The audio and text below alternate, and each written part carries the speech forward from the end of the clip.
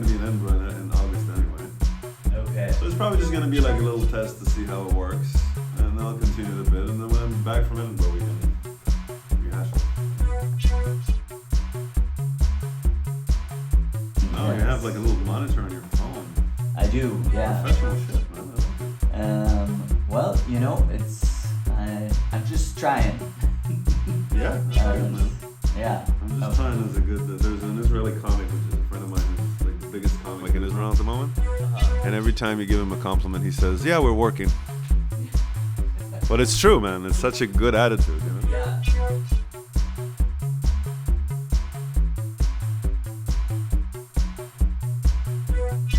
We can spin the wheel, and there's like some topics to talk about, like characters. You're like an insecure teenager who brings topics to dates. Yes. Very nice. Very cool. That was a gift I got once. What? High school graduation was like a tabletop conversation Yeah. starters, and I was like, "This feels insulting. Were you- What are you saying about me?" I actually had I remember because now for like people don't even talk on the phone. But when I was a teenager, then we used to talk to girls on the phone. Oh yeah. And then if I like that, oh shit, I don't know what I'm gonna talk about. So I just wrote like a few topics for myself. You had your set list on your hand. I had my set list. Yeah. And, what do you think of what is this? Pussy. I'm sorry. Oh no, this is inappropriate.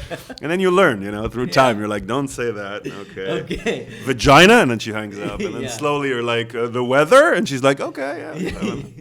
Yeah, you're like, I gotta start with some more like crowd worky. Yeah, like, just where are you from? What do you do for work? It's just like, yes, and then you start getting deeper. And did you ever? Because I remember I was still of the era of like the home phone call. Yeah. And but then there was also this. I remember the first girlfriend I ever had, Allison Burrell. I was 12 years old. We never kissed. We held hands once. Fuck you, Allison Burrell. I hope you're listening to this. But she would call me in, like there was this way where like you could have like 5 people on the call. Yeah. That was a new thing back then. Yeah, it was a new thing back then. It was like Yeah. star something or Yeah. I don't know, whatever. And I would Conference just, call, baby. Yeah, I would just be, as her boyfriend, I was like on this call with her and her 2 best friends, and I was just like there. Like I was adding nothing. Okay, so but was this a date or what is this? No, it was just like it was 7th grade, and she was like, "Do you want to be my boyfriend?" If I speak like this, can you still hear me? Yeah, I think it should be fine. And yeah, she was like, "Do you want to be my boyfriend?" She asked me out, and I was like, "Oh, okay." And then that night, I started being included on the conference calls. I made it about a week of being on these So conference for her calls to you being a boyfriend is being in the conference call and with- eating lunch together. This is like the worst part of a relationship. Hey, you wanna come eat with all of my friends and never touch each other? Yeah, that sounds like a perfect scenario for me. And I mean, I was like 11, 12. I was just like, I guess this is what a relationship is, Yeah. No, I understand. Also, you had 2 moms, which is basically like you probably never had this kind of like, ugh, you should fuck kind of. Yeah. No, I want to talk about, like, do a bit about this, but I swear to God, my very first sexual fantasy, Vanessa Saunders. I'm saying all the names today. Why are you doing that? I don't know. I don't care. No one watches this. Hey, Vanessa used to masturbate his 11-year-old penis on you. I did not even masturbate to Vanessa. My fantasy with Vanessa was just that we would be on my couch under a blanket with no pants on watching Friends. And that was my first sexual fantasy. She was wearing a thong. And so that was kind of sexual. How old were you? I was like 12. So you're thinking, so you have no pants on. We're both in our underwear. You're both in your underwear, but she's wearing a thong. But she's wearing a thong. And that's it. Under a blanket. Under a blanket. And you're watching Friends. Cuddling. Okay. I mean, is Friends a necessity? If it's Seinfeld, you're like, no, I can't get it up. Yeah, it's just not the same kind of cuddling energy. you know? Yeah, I understand what you mean. You need Jennifer Aniston in order to cuddle properly. Yeah, exactly. Okay. You know, I want to believe. I in mean, love. I understand that. I mean, when I was a kid, I remember I was like, I had this best friend, which was a girl, and we were. I think I was 6 or something like that. We were both 6, and we just were naked under a blanket together. We're like showing each other real quick. Yeah. You know, stuff like that. Childhood, like I remember, same age, like probably like 4, maybe a bit younger, 4 or 5, but like these family friends, they were sisters, and we would play this game where that like I would crawl underneath their legs, but they were wearing dresses, and I remember that being like I didn't know why, but it was exciting. Yeah, it's interesting, the sexual kind of. I remember when I thought about this yesterday, actually. When I was, because we did a show, people talking about incest. And Fun topic. A fun topic, always. Yeah. Incest, go. Pornhub, incest. There's a lot for some reason. I don't know who they're making it for, not me. Not me. Anyway, so I asked them to do more. So I remember, I don't remember how old I was. I think I was around somewhere between 8 and 10. Mm-hmm. And my sister and her girlfriend, they were going to do like the color of their hair, right? So they were going to the bathroom to do it, and I was like, "Hey, I want to come." Yeah. And because I just wanted to see what they're doing with their hair, but then her girlfriend said, "Yeah, I bet you would," and I was like, "Why is she?" It took me a second. I was like, "Oh, she thinks I want to see them like naked or something like that, or like topless, I guess, or something." But that wasn't my intention at all. But it kind of like it was a weird. But then did it plant the seed? Were you like now? Later, I think I was attracted to my sister's girlfriend for a while. I was just like, oh, okay. She made me fantasize about her in a bra, I think. That was the thing. She inceptioned that. She inceptioned me. Yeah. She's the reason I'm sexual at all. Yeah. I could have done. You could have been in the community of my mother's. You could have been asexual. Are your mothers asexual? Are they lesbians? Yeah, that's the top tier. As you go down the caste system, eventually you get to asexual. Do lesbians stop having sex at some point? I hope so. It's weird because in your mind, your parents having sex is 2 women having sex. That's. Yeah, I mean, I don't dwell on it. You know? Yeah, no, I understand because it's disgusting to think about your parents having sex, but still, it's a little bit better than having a dad and a mom having sex. Well, the other weird thing is like when I tell people I have 2 moms, a question I get a lot is like people are really interested like how I was conceived. Which is such a weird, like, if you were like, oh, yeah, like, you know, it was my mom and my dad, and I was like, oh, like, so what do you know about the conception? Like, how did that work? You know, did he buy your wine? Or, you know, were there candles? Was there a date rape drug? Which was, in my case. But they stayed together. No, it wasn't. For the kids. For the kids, yeah. Because, she was pregnant. Anyway, they had to get him out of jail. No, all right, that didn't happen. So... I haven't. I don't know if you heard this, but when you left the stage the other day, I said,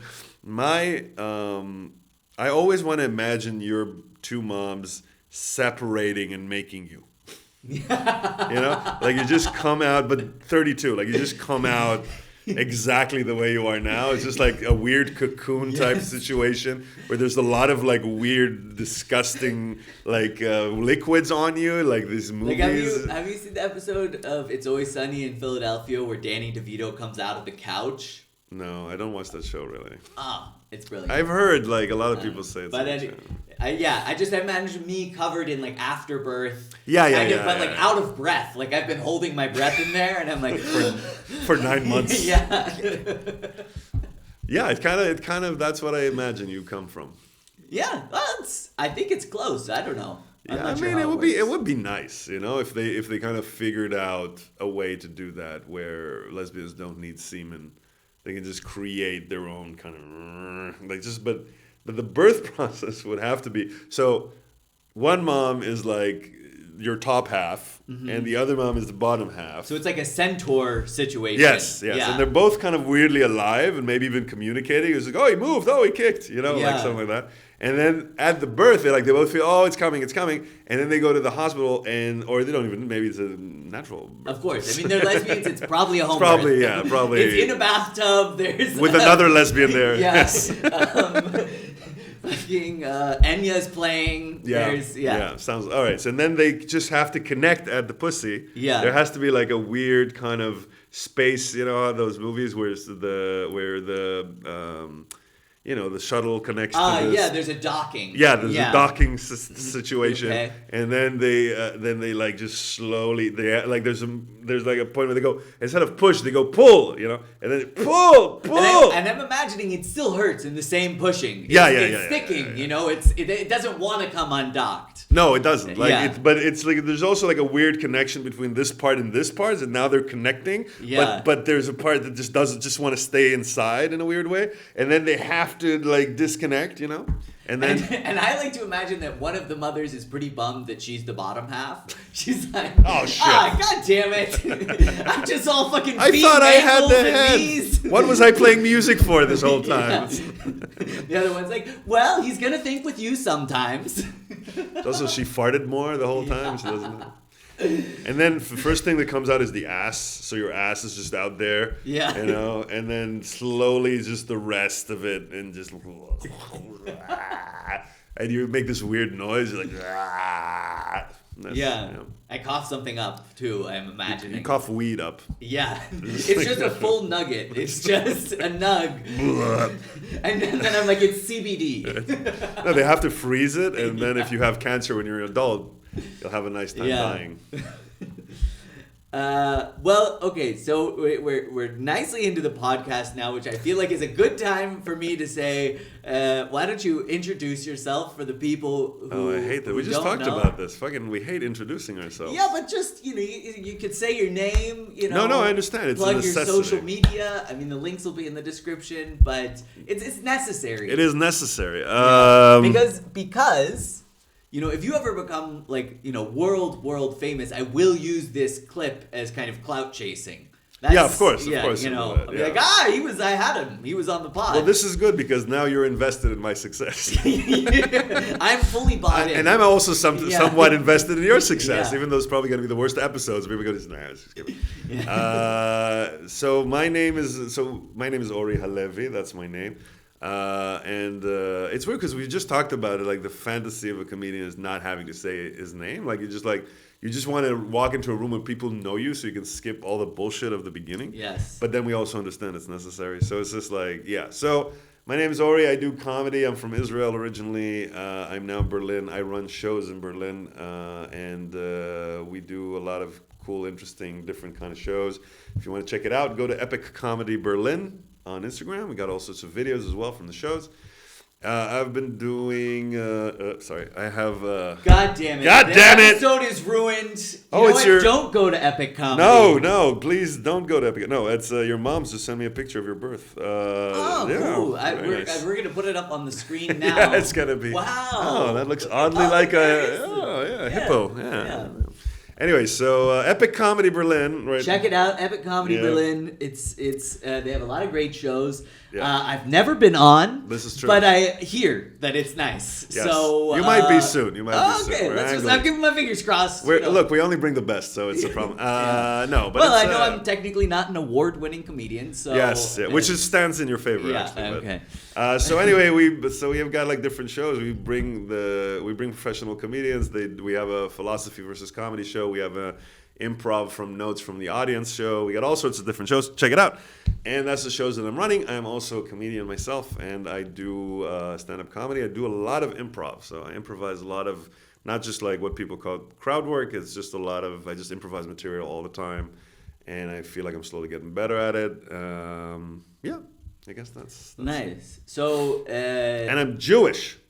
That's what we said before that you have to say.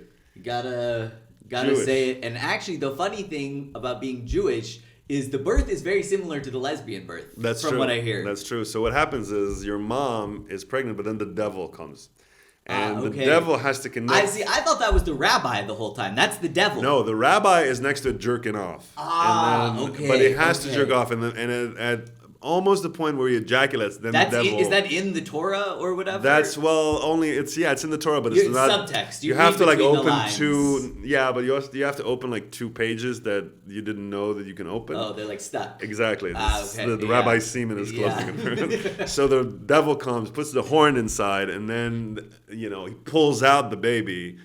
And that's why. So we used to have horns, but then now the situation is the horn comes in there and just takes the horn off because we don't want it to be visible. Right. Okay, so that's where the whole horn theory comes from. Yeah, exactly. It's just they got it. In the beginning, we did have horns because the devil was kind of nicer and he took us out by his hands. But now he just sticks his horn in there and he cuts off our horn because he doesn't want us to appear. So in a way, he's not choosing you anymore. He's not what? Choosing you.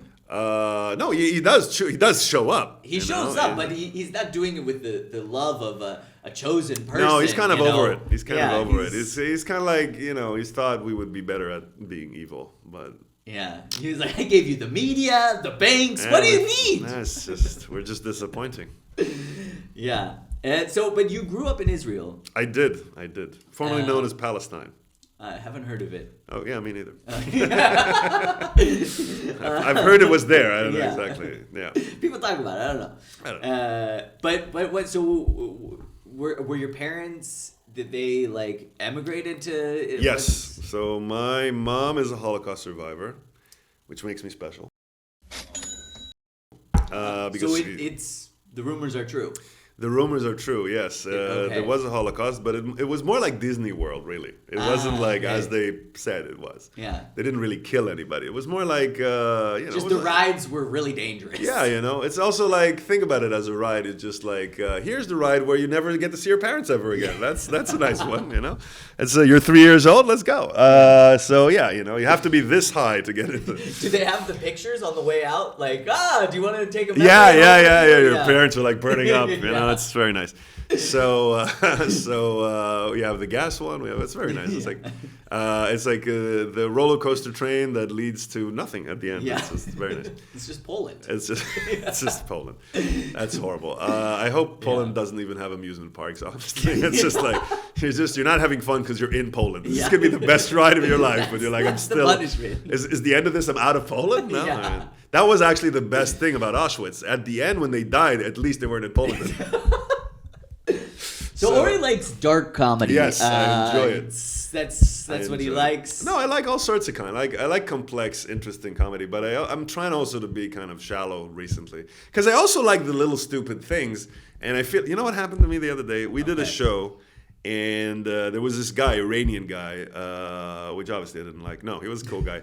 And he was sitting there, and it's an interactive show where we the first half is like we do sets, and then the other half is like we work on premises with the audience. So the audience is allowed to chime in and stuff, which is nice. And this guy was like, he had a deep voice, and he was very philosophical. Very nice guy, actually. And he had a 30th birthday. But I was listening to him talk, and my job as a comedian at that point is like, all right, this guy is like monologuing, and I have to make this funny in some way. So I was interrupting him and stuff. And later, he stayed, and he also, like, everything he was saying was very deep and very this. And people have said this about me in the past, and I've realized that people don't like that. And I realized when I saw him the other day, I was like, I understand why people don't like this. Because it's too deep, too fast, and we don't always want just to be heavy topic, We just want to chill out and listen, have a good time. And especially if you don't know the comic, then you can't just immediately go into like this heavy kind of, death and ancient Rome or whatever people talk about that. It's a big topic. Ancient Rome, the I know what you're thinking. Why is it not ancient Rome today? Yeah. Anyway, so I realized that there must be. I mean, everybody's got their own angle about, It's not like superficiality, it's just like day-to-day things that also kind of, so I think I'm trying to kind of work out a better. Yeah, but I think that's also like the beauty of like humor or whatever is it's like you can broach those topics, and get into that water by like making jokes about it. Yeah. And then, you say something sincere. Exactly what I did a few days ago. It kind of worked, but only halfway. I was like, I don't know how to start, and I don't know how to introduce myself, and blah, blah, blah, blah, blah. And then I started talking about Batman, because I just saw it the other day, and I was like, this is an interesting topic. And I just said, like, the new Batman It's not like a joke yet, but I just said I saw the new Batman, which I actually enjoyed, but they've reached the point of realism in Batman where if there's just a little bit more real, that's just a guy in a bat suit. You know? It's just a guy walking around the street in a bat suit. It's basically the only difference. Like it could be me in a bat suit. Yeah. You know? The end is they put him in Arkham Asylum. Exactly. It's just like yes. It's like the only difference between like I could be Batman. The only difference between me and Batman, like Batman is just at this point it kind of looks like he's very good at martial arts and he's depressed and he's wearing a bat suit, which is exactly like me. Only I don't know martial arts. Yeah. So I'm just a depressed dude walking around in a bat suit, being very angry at crime. Yeah. That's the next stage. Yeah. I don't think there should be crime in this city, and I'm wearing a bat suit. You know. Yeah. And then the sequel is him just jerking off in the subway. Yeah. it's slowly becoming. You know. It's just weird. Yeah, the new Batman, he's not an eccentric billionaire. He's just homeless. It's just homeless. Yeah. It's just like, and at some point you're also watching the movie. The more you get to realism, it's just like, look, dude, why don't you're a billionaire. Why didn't you just hire people to protect the city? You know, when it's all right, when you don't think about it, and it's just like, this is Bruce Wayne, and he's like, everything's so dark, and he has these gadgets, and there's a Riddler. Of course, who's this Jim Carrey in a suit? A weird guy's got to fight it. But the minute it's just like a guy in a bat suit walking around depressed, you're just like, why? That is such a good point that I never thought about. He is a billionaire, and it's like, why aren't you like funding mental health and like police training? Yeah. And, like, I'm gonna buy the fucking car that's $50 million. That's actually the mentality of a billionaire when you think about it. You know what? I'm gonna go to space first and see what happens. You know? No, I'm gonna solve this. Yes, exactly. I'm gonna do this myself. Yeah, you know? just me. I don't need a team. Yeah. But you also have to act like a billionaire. I'm gonna buy a hotel. Why don't you buy an orphanage and help these guys? I'm buying 3 hotels today. That's what I'm doing in order for people not to understand. I'm a bat at night. How about you go? No, the way we save this city is I get a cool car. It's so stupid. And you can, and I love Batman, but you can never do that. And it kind of also, I just watched the Spider-Man at Home. And I also played the Spider-Man game at PS4. Yes, I'm 42. I do whatever the fuck I want, which is nice. Grow up, honestly. I don't want it. You know what? It shows when sometimes people just do the same material. I'm at this point. I'm just playing on my phone, and people are like, "You're 42," and I go, "Exactly. I'm 42, and I can do this. I can do whatever I want because I have no children, and I'm doing all right." We talked about it before. This is the definition of success to me. It's not like being very good at anything. It's just like I agree that the definition of success is not having children. Yes, if you don't have children, it's unbelievable. Like in your life, I have this bit I started working on. It's just like people say having children changes your life, but we had an abortion. Let me tell you, abortion changes your life because you go around, you're like, you know what? I don't need at this party right now. A child would be way worse. And I just walk around with pictures of me having fun without a child. I'm just like, look at this. This is the time where I didn't have a child and I threw up because I had too much cocaine. Yeah. This is fantastic. Look at how a child is not in this picture. Look, we traveled here. We were able to do that because we had no kids. No kids at all. We could just sleep in a hostel. So it's just I feel like having no children will help your life anyway. I don't know how we got to this point, but it doesn't matter really. So your mom escaped the Holocaust. Oh, we're back to this. Batman, cocaine, abortion. So Holocaust. So the Holocaust. I just want to lighten up the tone of the show a little bit. Yes. No, but so they moved to Israel. So my mom escaped the Holocaust. My dad's parents escaped before the Holocaust because my grandfather saw it coming. All the rest of their family were having a good time at Disneyland and never came back. Such a good time for them. But how about the new Batman?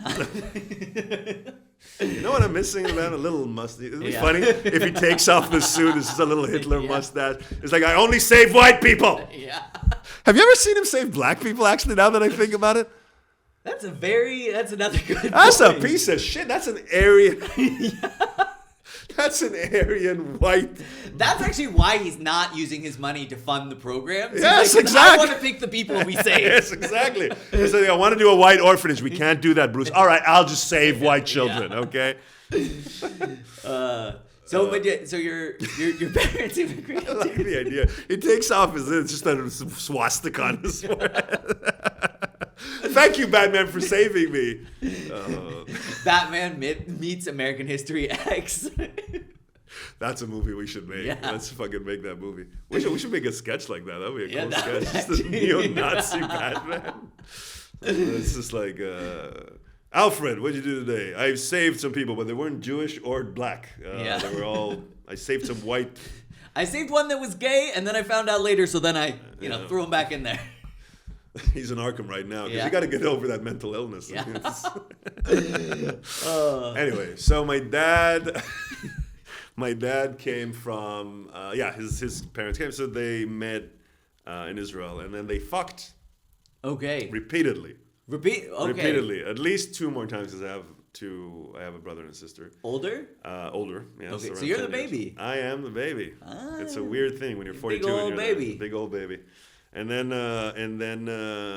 they I think they had more sex than 3 times. Okay. But one of those Should times, we call them and ask? Are they around? we had to do a seance for my father. Okay. Because he's gone the way Is of... he in the room with us right now? Let's see. Drugs? Drugs! Yes, my dad was a doctor, so it might make sense. Anyway, so we can call my mom, and she'd probably give us a good answer. She's cool, my mom. So they had sex. Mm-hmm. And then what I think happened is my dad ejaculated. Okay, I'm following so far. And then one of those... do you know where he ejaculated? I think, if I'm not mistaken, I can ask my mom, but I think it was inside her vagina. Oh, right. Which helps. Okay. It helps. Yeah. That makes sense. So you're not a tit baby or a face baby or a mouth baby, ear baby, armpit baby. Sadly, I'm... Tummy, no, just vagina. belly button baby. No. Okay. Just straight vagina baby. Straight old vagina baby. Okay. And then... kind of boring, honestly. Yeah. But look, still there's the chase, Yeah, of course. So, all the rest just gave up. All the rest just killed themselves on the way. And my sperm was the only one who was just too anxious to kill itself. So it was like, what's happening here? And just went into the egg. And then... He's like, I should have killed myself! Yes. Yeah, it was too late at that point. Yeah. And then I developed into a fetus. Uh-huh. That was a nice time. That was probably the best time in my life. Yeah. And how long roundabout were you a fetus? I would say 20 months. But my kind of perception of time was skewed at that time. Okay. So you would say basically life begins at conception. I think life begins at... just following your timeline. Oh, I see. 20 months, to me that means actually even before. I think life begins the first time you jerk off. I think that's the first... That's what life begins. You're like, there's a purpose to all of this. Now I wish I had somebody else here with me. Yeah. And that's the path of life. And that is actually the whole thing. That's life. It's like you're looking like... They should update the game of life to just be that. Yeah. Like you're just getting to ejaculating and then hopefully trying to find someone to ejaculate with. Exactly. And then what happens is, in a weird way, like it's the way that you're facing throughout life, right? Because you ejaculate for the first time, you're like, I want to have sex, and then you look forward to sex. And then as you grow older, you're starting to look back at the younger people and that you want to have sex with, and then you don't notice the car that comes and hits you in the back of the head. And that's what life is. That's life. And that's Read how my book, From Ejaculation to Car Death. Available on Amazon, link in the bio. Check it out. Rate and review. Yes. Did you say rape and review? That's horrible. Well, would you prefer them to do something else? I mean, just review would be fine. Okay. They don't have to rape before. That's just a weird... I hear people saying it. I was parroting a point, but no, okay. So don't do that. No, don't. Don't R word and review. You have power here. You got a podcast. This is a platform. This is a platform, okay. And I don't want you to spread hate like Batman. you just But so what was it? You're the baby. I apologize. That was a tasteless joke. But all my jokes are tasteless. So. Oh well, you must have had COVID. You lost your taste. I lost my taste. But Is that by the way, part of the symptoms is like losing your sense of humor? I think that's happened to me. Yeah. I think I'm pretty. That's actually the problem. People think that culture is getting more woke, but the problem was just that people are getting offended now because they had COVID. Yes. They're like, what happened? What? Yeah. I find this offensive. I don't know why. Yeah. But you grew up in Israel. What? I mean, that's different than growing up in California. Is I it? imagine. I thought it was exactly the same. I think it's different. I'm not sure. Oh, wow. But So for you example, don't have you like guys, Palestinians there and war, we have Mexicans but you don't fight them. and Central Americans. We Okay. don't fight them. They you're- they kind of make the whole system work. Yeah. You already. It's California is like Israel in the future. You already became such a system that all the people you took the land from are already just given up, and then now they're just like serving you. Yeah, exactly. Yeah. So California is like the future Israel, basically. Yeah, that's what actually Californians, if you talk to them behind closed doors, that's what we usually call behind ourselves. closed doors. Yeah, What well, we happens don't if you want to talk to them speak in the about open? it publicly. Oh, I see. But privately, we mostly everybody calls California New Israel or Oh, future okay. Israel. Yeah. No, I see that. Yeah, I yeah. see that. Yeah. Hey, it's not. It's so, really the old Israel when once. Yeah. Okay. Yeah, exactly. But I mean, like it's. You see, it's dark humor. I can't escape. I Just wanted to talk about Batman. That's all I wanted to do. And we've already been through racism, Holocaust, rape, and now. But I just want to take a moment to say that we mean everything that we're saying. Yes. Yes. You should take it seriously. I mean this from the bottom of my heart. Except the apologies. The apologies were fake. Yeah, that was not true. I faked the apology. Yeah, I owe me. Yes, very good. Very nice. Yeah. But like I think of Israel. Like, did you feel like? Well, I guess here a good place to start is like, did you have to do the whole serving in the army thing? I did. I think I was the worst soldier in the history of the Israeli army. Do they have an award for that? They do. It's like the Berlin Stand-Up Award. They give it. I do not condone that message. I just want to Yes, say... you do, you piece of shit. No, it's army based. It's anyway. So, yeah. So the Israeli army. What people don't get, like, this is what. So a lot of gay people from around the world travel to Israel to fuck Israeli men because they have this idea of them being soldiers, other than the fact there's just a very good gay scene in Tel Aviv. But they have this idea of the Israeli soldier. What they don't know is that a lot of us have never seen any form of combat. So when you have like state mandated army, what happens is some people that are either more idealistic or more brainwashed or both, they tend to go towards the more kind of like fighting, blah, blah, blah. And then the rest of us are just like, we don't want to do this. And then they say, okay, but you have to, because if not, the other idiots won't do what we want them to do. So you kind of just do the odd jobs. And I was basically, Please tell me you clean toilets. I did not. I am Jewish. Like, I was a janitor for the army. No, we bring in Romanians for that. Anyway, so wow, the Palestinians can't even get that job. No, you can't get the toilet. Okay. I'm pro peace, just to let you know. I don't know why I need to say that to people. It's just a weird. I'm pro war, so. Yeah. Fuck Ukraine. Anyway, no. No, never. Pro. No. I don't care about anything. Anyway, so this is the worst. Yeah, we're just bearing our like. So Batman comic books up. You can't say anything. The thing is about it's not even when we do this stuff and we joke about it right now. I'm not even like it's not just hilarious jokes. I just don't agree with the statement that jokes must be hilarious if you talk in that area. You're just fucking riffing anyway. But what's amazing about this is like we're sitting here and my mind is like, if I ever become successful and then this podcast comes and then people will use that to make me non-successful. And that is such a delusional thought. You ever have that thought? I mean, I sometimes, but mostly I focus on the fact that about 20 people watch No, exactly. I know this. But then there's a part of me that wants to stop myself from saying the things that I find funny because I'm afraid that one day I might get repercussion from misunderstanding what I said in the past. Isn't that the worst form of criticism? It is, and it's also hilarious because I have had the same thought. Like I've got, like when I do my podcast by myself, sometimes I rant about stuff, and I'm like, I'll find myself editing myself for the same reason, and it's hilarious because I just connected the dots. And we're both editing ourselves, not because we're worried we might be hurting someone's feelings. Of course. But we're like, this might cost me down the road. Exactly. This is how fucking stupid this shit is. And it gets you. No, it gets you because the whole thing is a power play. The whole fucking woke thing is a power play anyway. So now we're in this power play thinking about ourselves in the power. Fuck this shit, man. I'm fucking over it. Yeah. So, someone should rape Batman is my point. Just go out, find Batman, and rape him. Stop. You know what is also weird about Batman? Why did never no one takes off the mask? It would be the first thing I did. First thing. Yeah. Well, just take off the mask. I would want people to know that I'm the one. I wouldn't even fucking care. It'd just be like, hey, the guy's down. Take off the mask.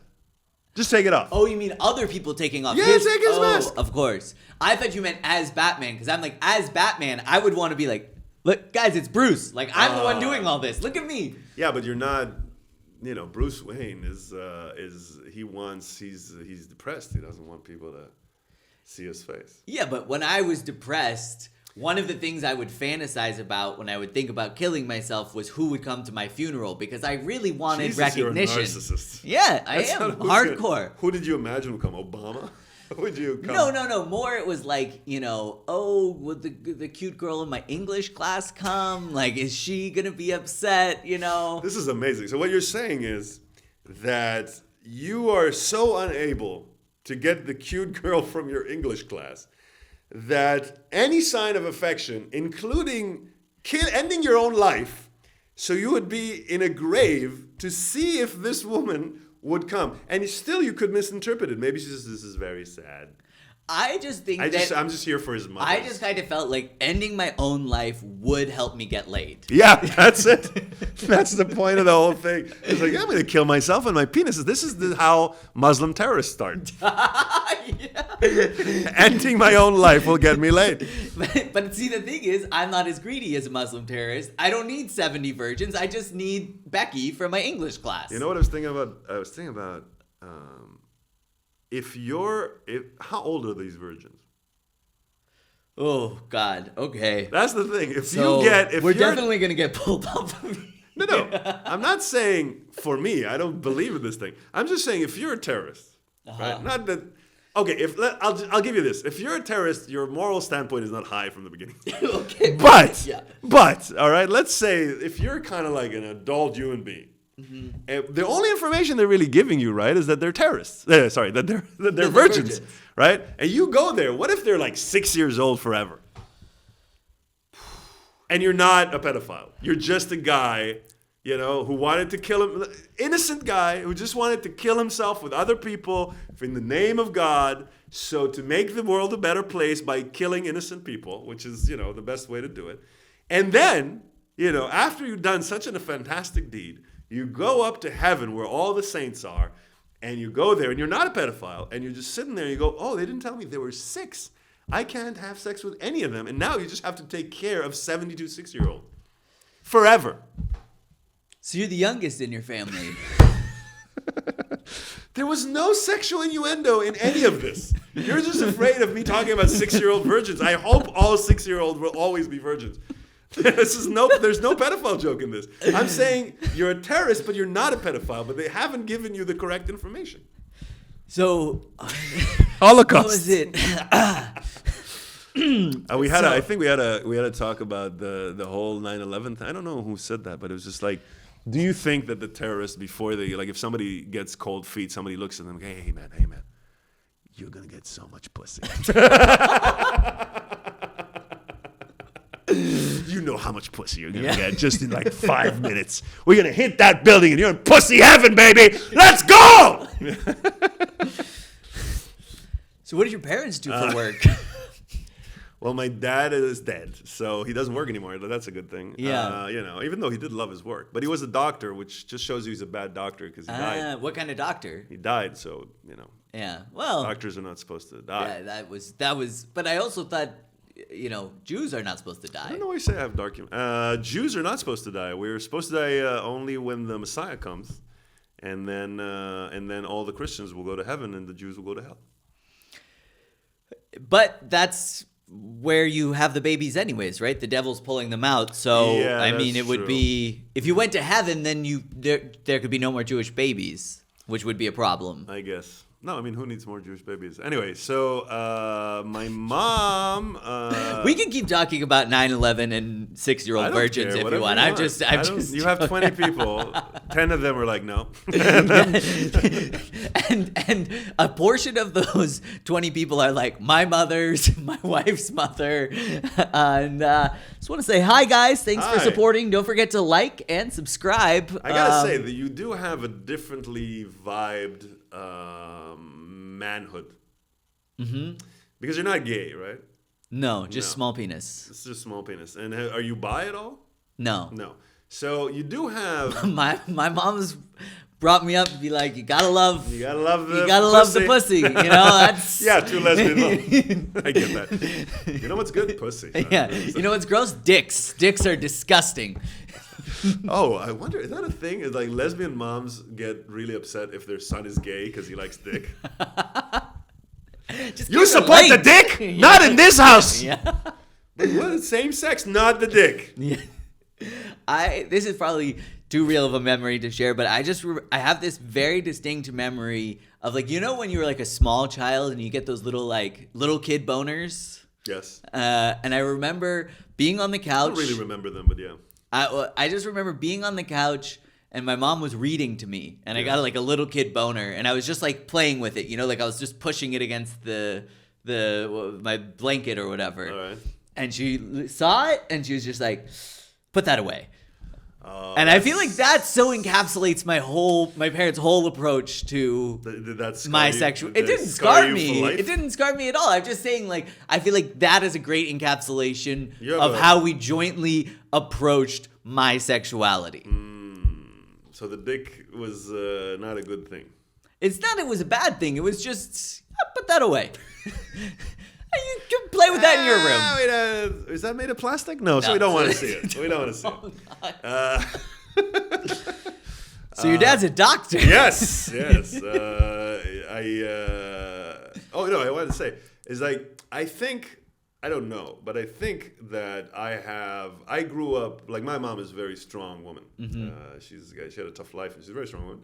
Not in terms of rough, but more in terms of opinionated, did her own thing, got very far in her career. And I've always had You mean all the things that feminism used to value? yes. Now it's whatever you call a person. I've always had respect for women. And especially when they're in the kitchen. No, that's a bad joke. It's not on this podcast. No. Okay? That's not okay. I It's apologize. not okay. Sometimes women are in the kitchen. Yeah. I don't think they should stay there. That would be just a weird room for them to be in, wherever. But sometimes I also am sometimes in the kitchen. I love being in the kitchen. Yeah, kitchen's a very nice place. Yeah, It's kitchen's where all a the great food room. is. Yeah. It's fantastic. Anyway, so I have always had some respect for women. I think a lot of when I was growing up, a lot of my friends were women. Mm-hmm. And then I think even now when I see the women in the comedy scene hanging out, yesterday we had 3 women. I was really interested because I do eventually hang out more with men, but I'm really like the atmosphere of hanging out with women because I feel like there might be sex. No, You're we're one pillow fight away from this getting really interesting. Exactly. No, I feel like it's an interesting perspective for me because I'm not a woman, Yeah. And I feel like there's a vibe that I have. Maybe it's I don't know what it is exactly, but there's this thing where I feel like I blend in well. And when I look at you, you have even more than that. You have this kind of weird, non-threatening. I don't know if it's weird, but it's a non-threatening masculinity. I could call it weird. Yeah, you had 2 moms, but no. But I'm saying it's the liquid that you came out is still kind of on you. Yeah. It bounces, things bounce. And that's actually when I say hi to girls, I just kind of flick a little bit of on it on their face. Yeah, like, that smell is okay. Yeah, it's not sperm. They're like, friend? Yes. Yeah, so you have that, which would actually make you also very suspicious in some people's eyes. No, but you have. I think you have like a. Yeah, obviously you had two moms. Then I guess your attitude towards that is way. Well, it was something that screwed with me especially in my early 20s and my early years of like trying to like get a girlfriend or hook up with girls or whatever, is I was always really, really anxious about making women uncomfortable and being creepy. And like, so like I have a joke where I'm like, my mom's raised me to respect women so much you don't make eye contact. And it's like, that's a joke, but it is kind of how I felt when I was younger. Like I was so hyper aware of like not being creepy that I think now I look back and I'm like, oh, that girl wanted to hook up with me. Like that girl totally was interested in me. And I was so just like, oh, I'll just go. I'll just see myself out. Have you ever had the time machine fantasy where you go back and fuck the women you've missed out on? No, but I will now. As soon as you leave, I'm just gonna fucking. I had that when I was younger. It was like the regret fucks that I didn't, because I was to some extent when I was a teenager and stuff like that. I was just like, no, I'm like I need an emotional connection. And I was kind of like you're not gonna believe this, but I was kind of good looking teenager. I had hair down here, and I was pretty charismatic and stuff. And at some point, the good-looking part I can buy. The charismatic, not so much. Not so much. Also, I was like a part of this kind of hippie. At age 14, 15, I became part of this hippie kind of group of young, whatever. And we're not really hippie. We're just hanging out in a place next to a mall. But you know, the idea was. But you idealized the. So I also like kind of became like more popular and like hung out with several people. So. But I absolutely missed out on like women literally saying they want to fuck, and I'm like, So I understand what you mean, but back to your point about like Batman and also the Holocaust. No, Batman. In the Holocaust. Where was Batman in the Holocaust? You piece of shit. Yeah, thanks a lot, Bruce. Thanks a lot, billionaire. No, but your point about like that'd be a good sequel, by the way. Batman in the Holocaust. Yeah. He has like a little yellow bat sign right here. Yeah, I like it's a weird cross with what was the Tarantino movie where they're like hunting. Glorious Bastards. Yeah, that. One of my favorite films, actually. Yeah, I'm not a Tarantino guy, but anyways. Really? Yeah, too violent. Pussy. Yeah. You're a pussy. Not a great storyteller. It's just his movies are a good collection of scenes. That's his thing. In my opinion, you should get the fuck out of this podcast. I should stay here alone. And all right. Should come in and rebuttal this horrible accusation you just made. This is the worst thing said in this whole podcast. He's been overrated. Are you like a contrarian? Like, I really like this. I don't gonna like. No. I mean, if I were a contrarian, you didn't like Reservoir Dogs or Pulp Fiction? To be fair, I watched Pulp Fiction like that later, you know. I didn't so I didn't see it until later. And you know, I think the other thing is like a movie like Pulp Fiction, I bet if I had seen it when it came out, I would have been like, oh, this is amazing. But it's like I grew up where it's like every dorm room had the poster of the guys from Pulp Fiction. So I went into Pulp Fiction with like very high expectations.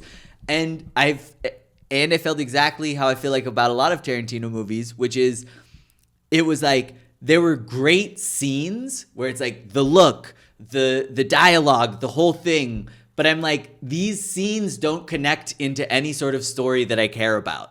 It's just like, that's like an interesting moment. And here's another interesting moment. I mean, that's fair, but I disagree. Okay. I understand that you don't have taste. But that's fine. I don't really have taste, if I'm being honest. I love, like, I've mostly... What's your favorite film of all time? Superbad. I mean, it's not a bad movie, but best film of all time? But I mean, here's the thing. Like, if you're talking about, like, okay, is it the best movie or my favorite movie? And my favorite movie is Superbad. Okay, what's the best movie? That's a lot harder to answer. But I don't know. I don't have one off the. Okay. What do you think is the best movie of all time? Casablanca. Oh my God, you're so pretentious. It's disgusting. It's not pretentious at all. It's very pretentious. If you watch, I have love you watched this it? movie. Have you watched it? My parents took me to see Casablanca when I was like 6 years old. Casablanca is the reason Casablanca is the best film of all time. Is it's not that if you that you're pretentious. That's why. No, I'm pretentious, but this has nothing to do with it. The reason this film is the best, in my view, and did you also love reading Kerouac? I've never read Kerouac. I'm not a big reader, but I do love comic strips. Anyway, so no, I don't actually. So Casablanca, also for its time, which is the way I look at movies as well. But fuck off. But Superbad. Anyway, for its time, it was a really good movie. No, not for its time. I think it was a game changer. And other than that, if you just look at all the scenes one by one and the development of the characters and the fucking story and the way they built that fucking thing, it is an amazing movie. It is an amazing movie. Well, I will say I haven't seen it since I was like 7 years old, but watch it, man. Watch it without the pretension of it. Because it's not pretentious. It's actually not such a sophisticated film at all. It's a very simple film. If they made it today, it would be just like the guy's kind of a piece of shit from my memory. Yeah, but there's like they built it very interestingly why he's a piece of shit and how he changes at the end. And it's really a movie about like caring, like about what makes you not care as opposed to care and what makes you take responsibility. Well, so what's like a really amazing movie that from the last 10 years that maybe I would have seen that's not in fucking black and white and pretentious as shit? It's not pretentious. Very nice it's Kill Bill is a very good movie from the last 10 years. What? Kill Bill is an amazing movie, man. Okay. Well, let's just move on to a new subject. What about did you like Shawshank Redemption? Oh, I love Shawshank. Okay, that's to me that's also one of my from a dramatic movie that's one of my favorite films. Okay. Fantastic film. And what about what about you can't even compare the two. I wouldn't put them in the same category. I think both are amazing. Yeah. Or you know what, a movie that I saw in the last 10 years that I really like, and I feel like now you're going to roast me for this, but Marriage Story. Very good film. Yeah. Very good film. I wouldn't put it in my top. It's a painful film to watch. Yeah. I wouldn't put it in my top because of that, I think. But also, yeah, it's just a very good film, I think. But I wouldn't put it in the top tier of films. What about... But it is a very strong film. What about Christopher Nolan? I like the first Batman Begins. Batman Begins, yeah. The rest were like, okay. I watched what? Dark. I know, it's not a popular opinion. Dark Knight Rises is just like, look, you can't, this is again Batman, you can't make Batman into the fucking Godfather. It doesn't exist. This character doesn't exist.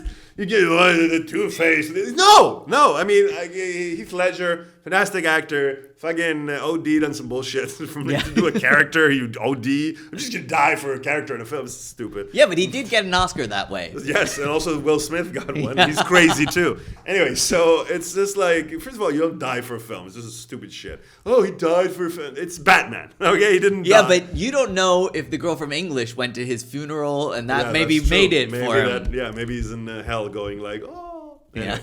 So he's in hell.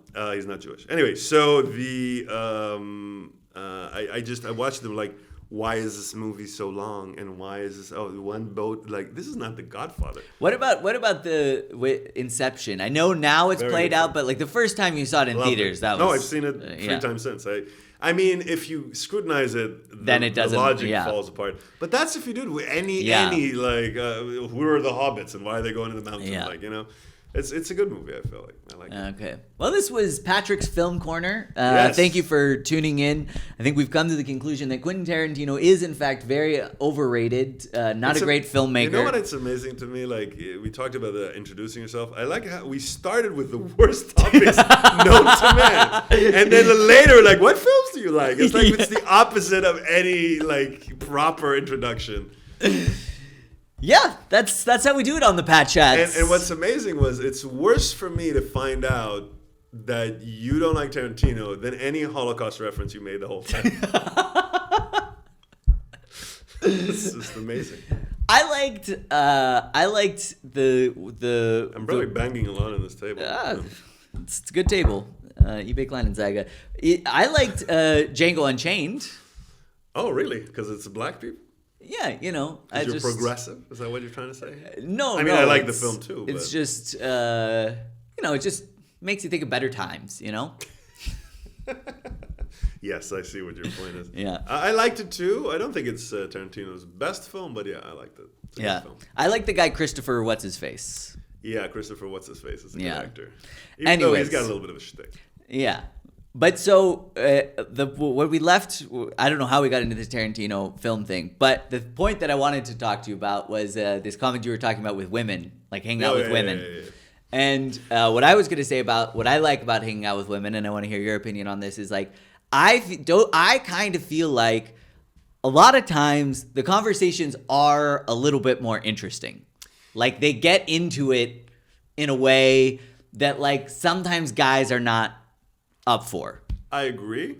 I don't know if it's because we're used to the guy talk and we're like, this is just everything. You mean locker room talk? Yeah. If you're Trump, like which is not what men do. I don't know which people like. This is the concept. I mean, I don't know. I mean, if you go down the intelligence scale, maybe people just sit around and go like pussy ass. But I know a couple guys in Alaska who you should meet. All right, so yeah, but I mean, all right, you get over the pussy in the ass. Sometimes it's discussed, but it's not the main thing. Yeah. But I guess men are less introspective when they talk about stuff, and then that's where women are. I find them more interesting, and also they really have a different perspective on things sometimes, and it's interesting to listen to and take part in. Yeah, I agree. I talked about this yesterday with Freddie, the female comic, which has a male name. But she's not male. She's female. We've checked, and she is female. Yeah. How did we check? Did we grab? No, put that away. No, we just know she's a woman because she says she identifies as I don't care. Anyway, so we were talking about, because I did a set yesterday. There was only 5 women in the audience, and it was like they're all young, and so that changes obviously your approach. You know, you get naked immediately. No, but like. And she was like, before I went on stage, she even told me this. Oh, this guy talked about being a father, and I talked about this. And I was like, okay, thanks for the information. And then I was like, all right. And then I realized, these 5 young women. I kind of started to talk about cults, like how you brainwash women basically into cults. Like because I had Corona, and for 2 weeks I was just watching like TikTok videos of motivational speakers and then cult videos, like series about cult. And I realized whenever anyone tells you something is wrong with you and you should not listen to your fear, at the end of the rainbow, there's a penis inside you. It's always that. Like you should always listen to your fear because your fear protects you from the penis. That's basically what that is. And I talked to them about it. And later I said, like, there's a point where you perform to women where you kind of feel this thing, they're with you suddenly. And it's very like visible. And with men are just like more goofier, more outwardly, so you kind of get that sense quicker, maybe because I'm a guy.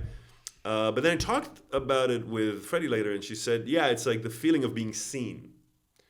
Which I think that, especially in a male-dominated field like stand-up comedy, is like, perhaps it's harder, or a lot, like many guys don't try to approach it from that perspective.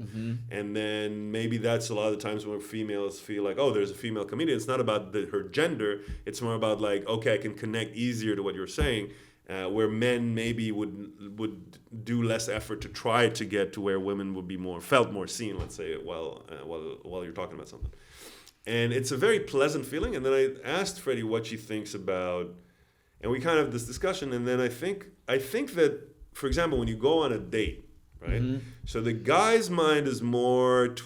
I feel like is more towards. I'm not saying the woman isn't there, but it's more towards like impressing and trying to get laid and like being and women I feel like have this kind of more discerning inner kind of does this fit. Which maybe also comes from a place where they have to kind of protect themselves within the meaning of this guy, So they have to kind of be more discerning about what you're transmitting, what you're kind of who you are, what's your emotional kind of state, and then I think that makes, I don't know if that's where that comes from, but it definitely I can feel that women have like way easier connect to more kind of like inner topics, inner like emotional topics, kind of like more complex view on things quicker, which I think guys have, but we take longer to get there. Yeah, well, I think, I mean, this isn't true across the board, of course. There are women that aren't like this and men who are like this, but it's like, I would say as a whole, I feel like women listen more. Like what you're talking about, like this connecting, this discerning, I feel like that's just listening. And not all men, but I would say men more are the types that are waiting for their turn to talk. And so... Is it my turn now? Yeah, go ahead. No, but so this is, I wanted to, you also said something interesting there about when women in the audience, like at a comedy show, maybe that it's not even necessarily that they're like, oh, I want to see a woman. Is there going to be like a huge pussy right here the whole time? Exactly, and it's actually just dropping out little versions of me at various ages. Oh, nice. That's kind of just the vibe of the show. Yeah. It needs to be about me. Just your birth picture. Yeah, exactly. And then one of your mothers going like, I can't believe I have the bottom part. Just this. Yeah. This is word. Okay, sorry. Yeah, it's me coming out, and then they're just like, put that away. That should be, if you ever do a special, call it Put That Away. Put that away. Seriously, Yeah. that's a good thing. All right, yeah. But so do you think that maybe female audience members, sometimes what they're looking for more is like, they're looking for comedy that they can kind of emotionally connect to, which, you know, a guy who's like, what's the deal with fucking stoplights, or how come condoms suck so much, or whatever, they're like, I don't connect with this. But if you're a man or a woman or whoever, but you're talking about your experience and making jokes about it, that's then somehow they can connect to that better. I mean, I don't know. Well, why? If you're a man, you should know. Oh, yeah. I know. Explain it to me. It's because of the penis. Okay. But what do you do with the penis? You put it only in a vagina. Never put it anywhere else but the vagina. Damn it, Ori. I don't know how many times we have to go over this. Not you me. put it away. No, you put it away. No, but this but is... Put it away. You always put it away. But if you do put it only... Listen, this is not me. This is God. God called me and is like... He's very specific about where to put the penis. God has your number? Yeah, God has my number, sure. Okay. He's got everybody's number. He just calls me... He calls the Jews. Okay. He's just like, I haven't gotten any calls. Because you're not Jewish. Okay. Also, so if I get the snip, snip, two moms, you're like, God doesn't even see you. Yeah. So it's just like, God calls me. It's just like, look, it's kind of like a drag because it's like 3 a.m. And it's like, hey, all right. Yeah. Is he drunk when he calls you? No, he just has his voice. Okay. All right, yeah. I thought a little bit more about the penis. I'm like, again, like every time it's just like, only that hole. Doesn't matter. I don't want to see it in any other holes at all, ever. I was like, all right, fine. All right.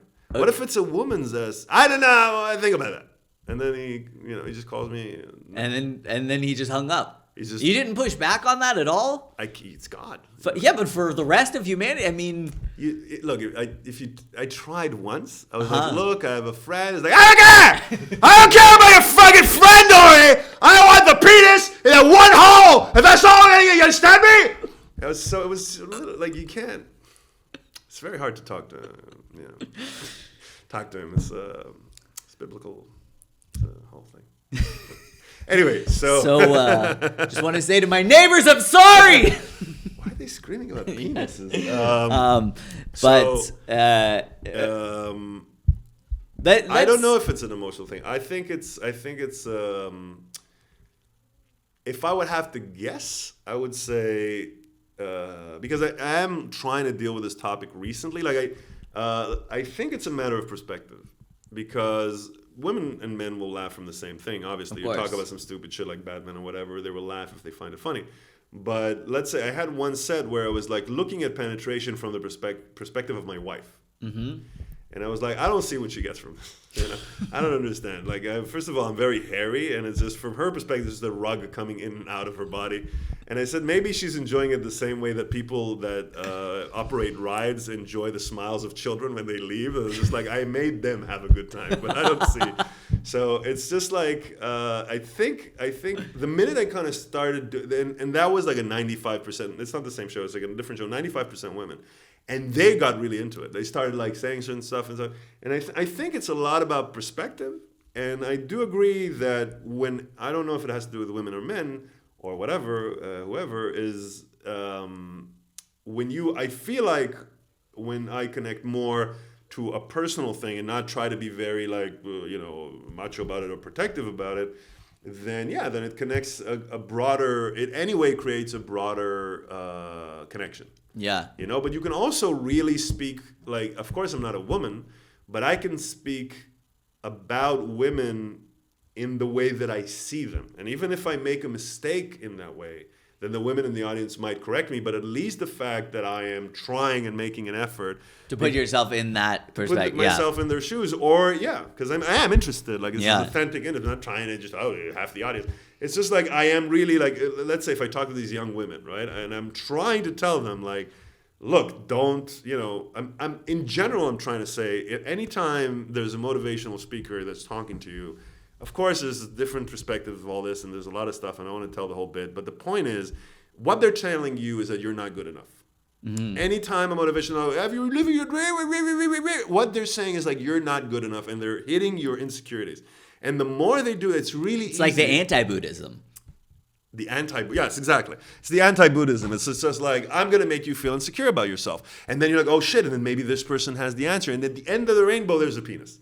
So it's like, at the end of this conversation, if this is like going further, follow me. You're shit. You don't know how to get the thing. You follow me, right? So this is men and women can connect to that. But when I'm looking at young women, and I'm thinking to myself how easy it is for some people to manipulate maybe young women. It doesn't have to even be like very predatorial behavior. It could be just like men that are pretending to be, gentlemen, but at the end of the day. So It's just like saying, hey, here's a few tools that maybe you would find,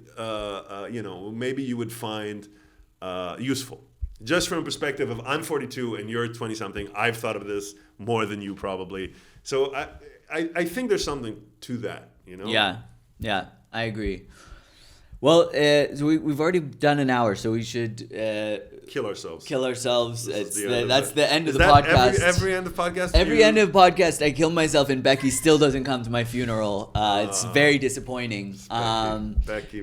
No, but I like to, when I have people on, I like to kind of hear about how they got into comedy, like what. It's pretty lame. Okay, well, so let's just kill ourselves. No, but I mean, first of all, what was your first? Okay, drugs. Yes. No, yes. Yeah, sorry. Continue. Yes or no? Drugs. Are you pro or against drugs? I am. If I'm on drugs, mm-hmm. I'm no. Like I'm against certain drugs because they make me not feel good. Okay. And I'm for other drugs that make me feel good. Okay. So if I was to say if I'm against drugs, I would be against the drugs that make me feel not good. Uh-huh. And if I was a dictator, I would then outlaw them. Why would you outlaw drugs if you're a dictator? Because I don't want to be tempted by things that I know make me feel good, but I'll try them anyway because maybe this time. Okay. And I don't want anybody else to have a good time. And what was the first time you had a good time on drugs? How old were you? That's how I started comedy. No. Yeah. My first... I was at a club. I was high on ecstasy. Next thing I know, I'm on stage. And I'm just... And everybody's laughing because I'm naked. Woo! Yeah. I actually remember when I was a teenager... No, I didn't do any drugs until I was like 21 or 22. And a friend of mine who was like a heavy weed smoker got me some weed. But weed back then was way chiller. It's just like you smoking was nice. But then I don't want to get into the... Well, we can, but it's a long story where I was in a bombing once in Sinai. And I... See, when I was like, what was it like growing up in Israel? That's what I was trying to get to. I see. Horrible death and violence. No, so a gay scene, very big gay scene. Anyway, so I was there, and that was. You weren't the bomber. I can't talk about it. Legally. Okay. I just want to. Just legal. All right. No, I was. We can edit this out if you want. Yes, we should. Okay. Can ask my publicist. It's Bill Cosby. He's right there. He says to leave it in. Oh, he says. Yeah, he actually says we should put some more in. Right in. Oh, how long should we leave it in for? Till we wake up. All right. Yeah. Anyway, so I was in Sinai, and I think that was when I thought about this recently. That was the last time I think I enjoyed weed and didn't get paranoid, because I was smoking weed, and then we went to sleep, and then the bombing was there. It was a whole shitstorm. And I got hit by a little thing, but it wasn't serious, like very light injury. But like you were awoken by the bombing. I was awoken by a bombing. I was like, a whole thing was that there was a huge experience where I was like, it was like half dream, half whatever, and I felt like I had this like neon light in the middle of my body, and that waves were coming from everywhere to just stifle my light, and I woke up literally screaming no, like this, like screaming, and then my adrenaline was top, and I had two women sleeping on both sides of me, one my best friend and my girlfriend at the time. And I was like, what the? Like, I was like, just, that's the way I woke up. Like, and I looked back and I saw fire. And then my adrenaline was so high that I realized that there's a piece of, fucking steaming hot piece of kitchen that exploded on my shoulder. Which, by the way, till this day, every time I feel anxious, I feel this part of my body. Really? Yeah. And then what I did was thank God I was like, I think it was, by the way, thanks to my mother, I'm very good at thinking on my feet.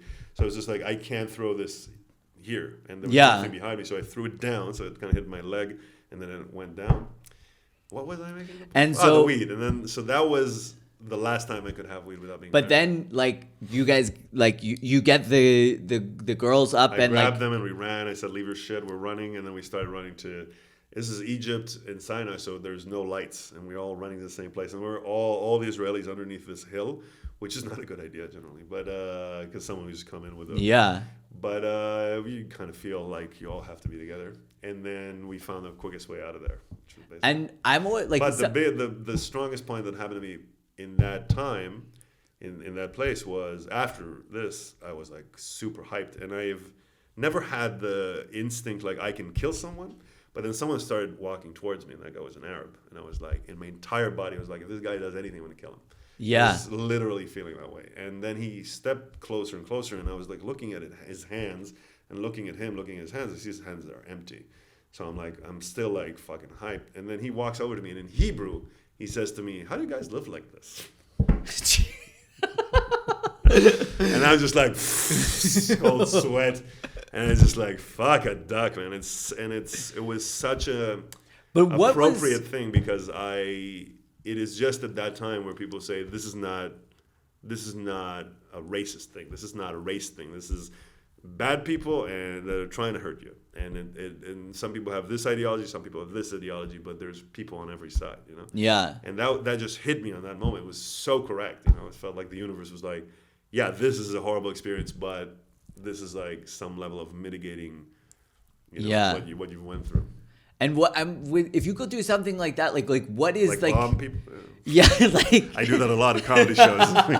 But like, how do you like sleep the next night? Like, did something like that stay? Like, I've never had something like that traumatic happen to me, right? You're American. We're Americans. We do the trauma. We make the trauma. I saw on TV when 9/11 happened. Oh my God. That was actually pretty traumatic. I'm so traumatized. My friend, who's a friend of a friend, she was actually close, and I'm just traumatized forever. What is it like? So my friend, who later on became a psychologist, and me, who went to therapy for a few years, we were just, so we went back to Israel, which was just Eilat, which is just close by. And we got free accommodation from the hotels there. Everybody was there. And then we just endlessly talked about it. We were like, we have to get this out of our system. We have to talk about as much as possible, everything we feel. Actually, my girlfriend at the time did not want to talk about it. I don't know how she carried it later. So we talked about it. And then I was like, you know what? Let's not stay here. I want to go home. So we took a car. And then I was driving the car, and I accidentally, like, when we went to fill up the gas, we had a car. And I bumped slightly into somebody's which is another good story actually, bumped into somebody's the bumper, and that person was like, "Oh, I went out." He's like, "The first time ever happened to me in Israel was somebody was trying to fake an injury or some shit." He's like, "Oh, like nothing." I heard him like this, right?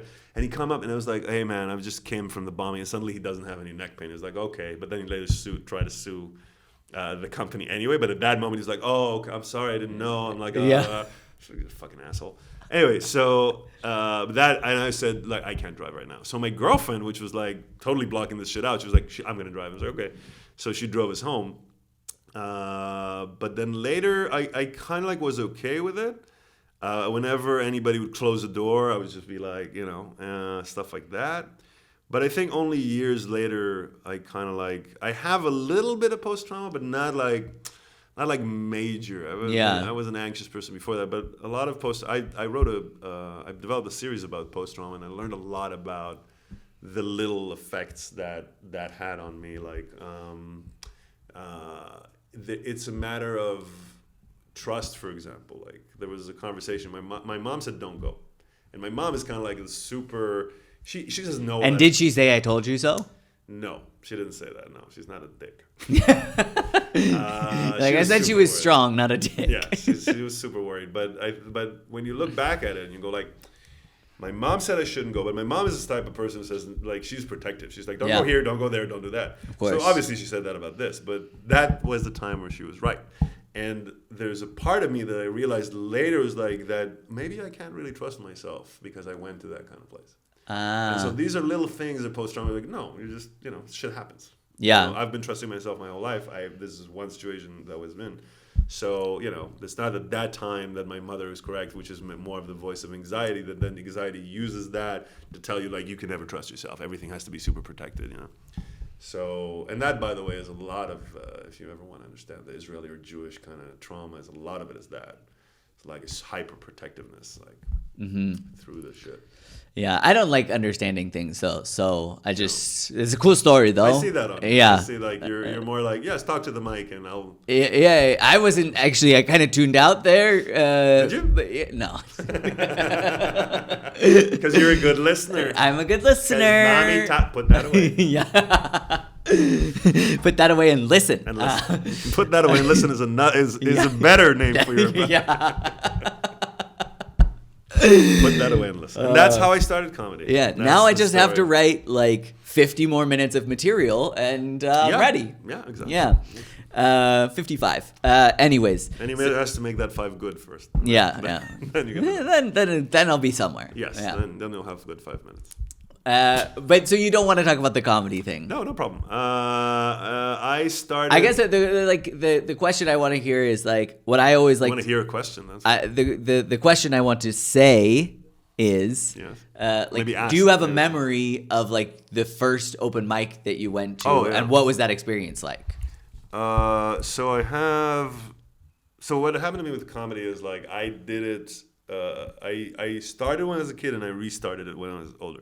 So when I was a kid, I was inspired by Monty Python and also this Israeli group that did sketches. Mm-hmm. And me and a good friend of mine, we said, we want to do sketches, but we didn't have an outlet for it. Like, so I went to his house almost every day and we just improvised sketches endlessly, which were horrible. Just horrible sketches.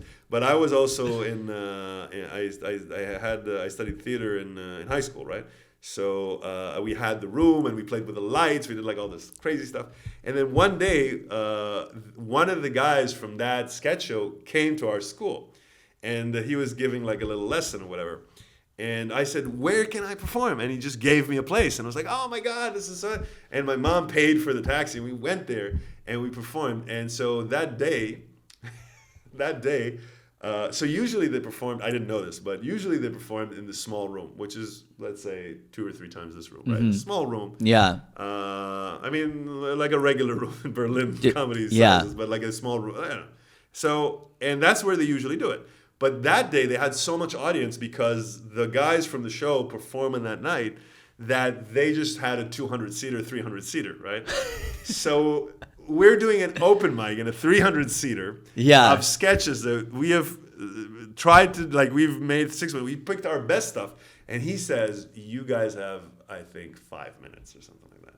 we're like, yeah. Now, we are at this point maybe 16. Uh-huh. And the idea of time Yeah. is very relative. And so we go on stage for at least 10 minutes. And did they explain the idea of lighting you or No. So you're not even like thinking like, oh, I need to keep an eye out for like, what if we're... First time I'm ever seeing an open mic is the first time I'm ever performing it at open Yeah. And were you 300 people, like, was that intimidating or were you just, or 200 people? We were just focused on doing our shit. We didn't like, we were so excited. It was just exciting. Yeah. We were You're so like, excited this is what performing is. Yes and no. It's just like you've practiced this so much, you're just going to do it. And also we showed it to our friends and our friends really liked it. Yeah. So this is going to go great. And you have this optimism of a teenager. In 10 minutes, no one's laughing. People are guessing the jokes we're going to say. Oh, shit. It's just bombing horrifically for 10 minutes. And then we leave the stage and we're just like, and the guy comes up and he goes, hey, he actually tells the audience they were dicks. And the guy's like, yeah, you don't have to be dicks. I mean, they were horrible, but you guys don't have to be dicks. And then he let us have it after. It's just like, this is not, you can't do that, blah, blah, blah. But what was interesting about that is, it's also one of the reasons, I guess, that bombing is so good, is that you get such a wake-up call from everything you worked out at home, and then the difference between that and what an audience might find funny is so different. Like, there's a conversation happening. You can't just go on stage and go, look how big my dick is, you know? Yeah. Which literally we did. Wait,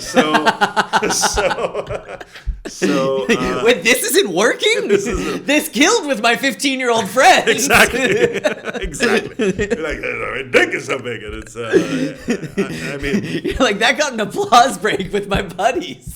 They're talking about it till this day. They're still texting me that.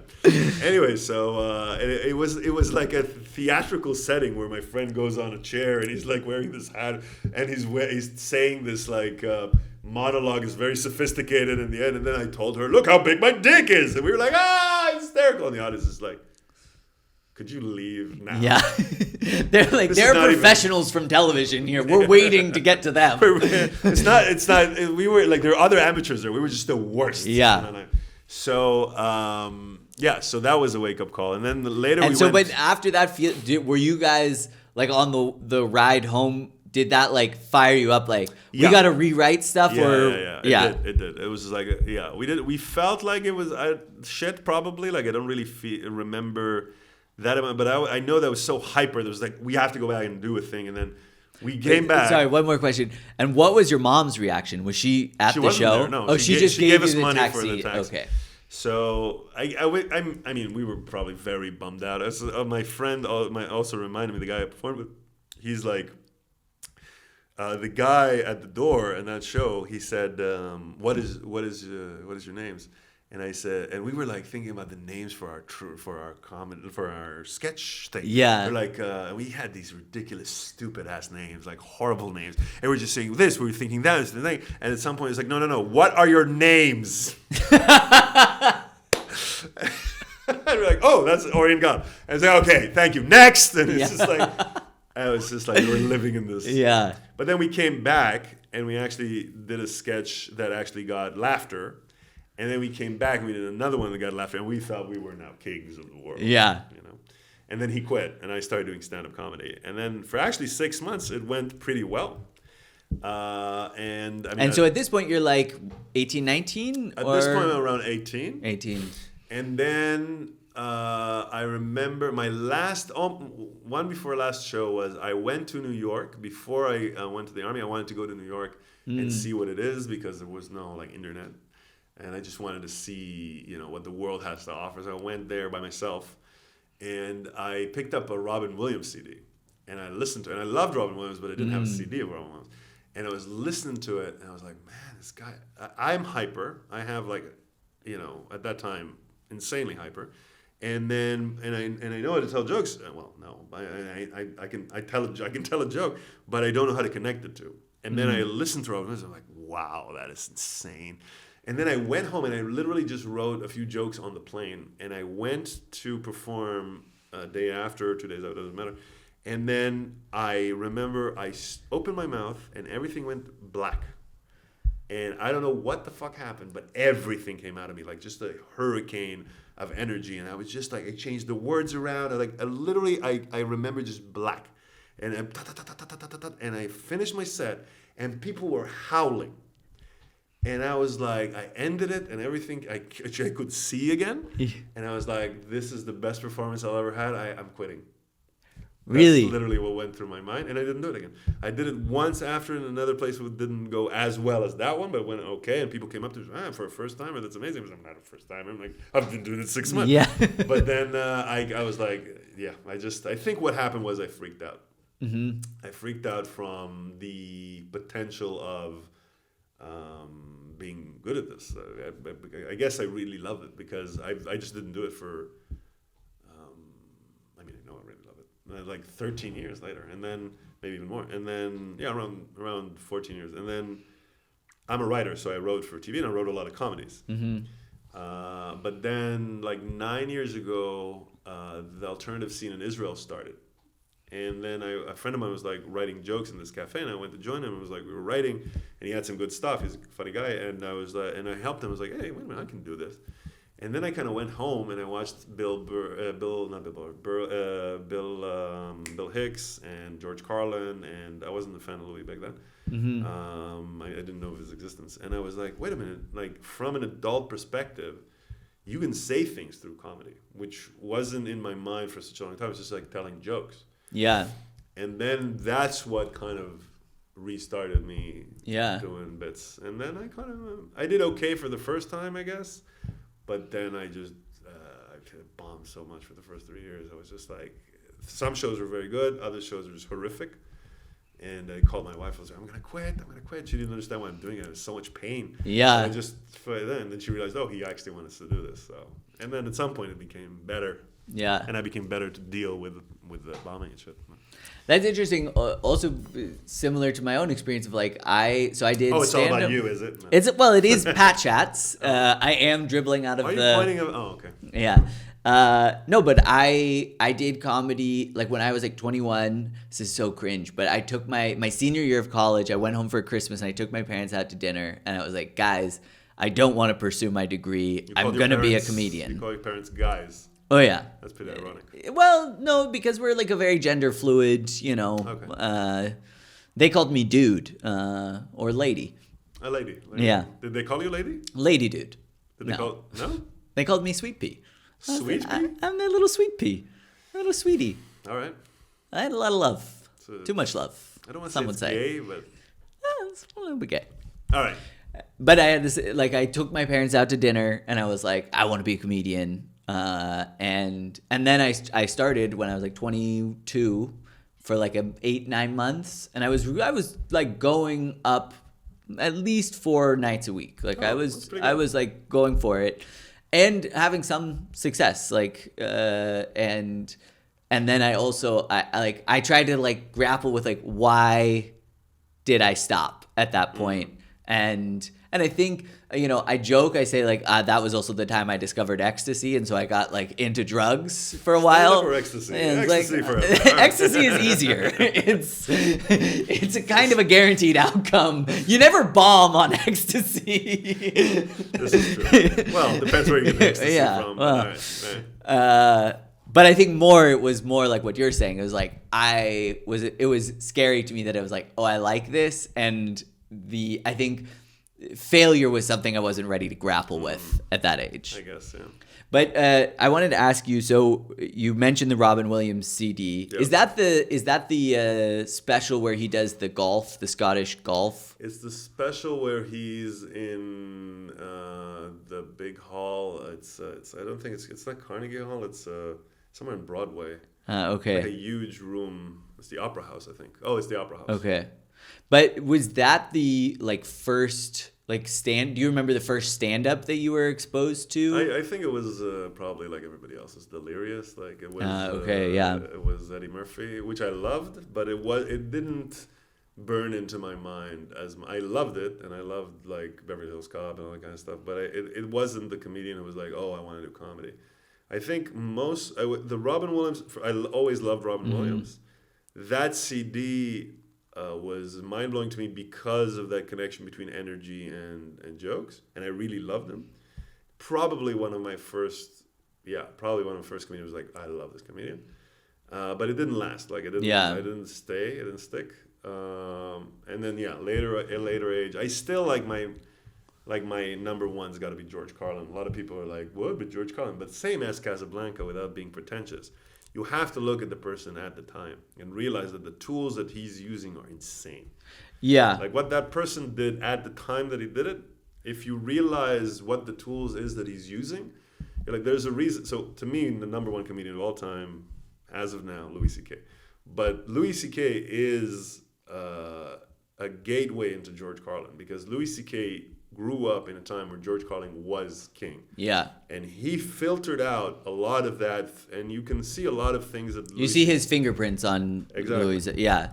But I think that's also an interesting, like an appreciation of art. I can see Casablanca, or I could see George Carlin, even someone like Richard Pryor, who I really enjoy. It's like, I can see it and be like, holy shit, this is crazy. And like, it's, you can understand the context and how it moved the art form. Yeah. But it's also like the difference between that and my favorite movie being Superbad, which is like, it doesn't make me laugh the same way a special that came out like, like Live at the Beacon from like that is a special that's just, I couldn't. I agree. Yeah. No, I agree, which is why I'm saying Louis is the best. But I have, first of all, I still laugh from Carlin jokes. But when you look at, it's like understanding language by reading the first text. It's like you have to look at the Bible if you want to understand culture. Mm-hmm. The fact that you like the culture today has nothing to do with the fact that the Bible is still what built most of the Western culture. So you look at it and you go like, wait a minute, I recognize something deeper in this. It's like if you try to, I think like if I was a computer guy, right, I would try to get an understanding, maybe even a vague understanding, but some understanding of DOS, of like what is the basic, where did this start? Mm-hmm. How did this develop and where did this go and how is this going? Because those tools I feel are valuable. Yeah, I agree. You have a deeper understanding of what is, you can use in a better way down the line. And you can definitely see it through Louis. Louis is a student of George Carlin for sure. I feel like maybe other comics as well. But he filters a lot of the stuff that guy did. And it's easier to understand because he's a key to someone who's interpreted something. But if you kind of look at that kind of stuff, yeah, I think Louis also had this. He did it on Talking Funny. He says, you want to tell a modern joke, you have to write a Seinfeld joke and pretend like you don't know what the fuck you're talking about, which is an amazing thing to say. It's just like to say, look, I'm just pretending like, I've worked on this thing, and in whatever way you work it, like Louis does, I heard he doesn't write anything down, so it's not the same method. But once he reads a joke that he likes, he's still talking like, but Carlin is like, pa, pa, pa, pa, pa. So there's a difference. But if you kind of dissect what he's saying and what he's saying, they're pretty similar in tone. Mm-hmm. There's something there that's pretty similar in terms of what is being said and how it's trying to be said. And this is less modern. This is more modern. But there's a through line here somewhere, which I love to kind of just investigate. Yeah, no, I think that stuff is fascinating, and I think you're right. It's like also if it's an art form that you're trying to get into, it's like it's important to understand like how it got where it got, and yeah.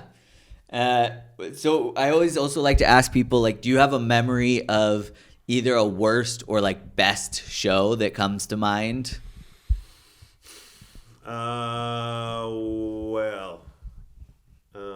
Best.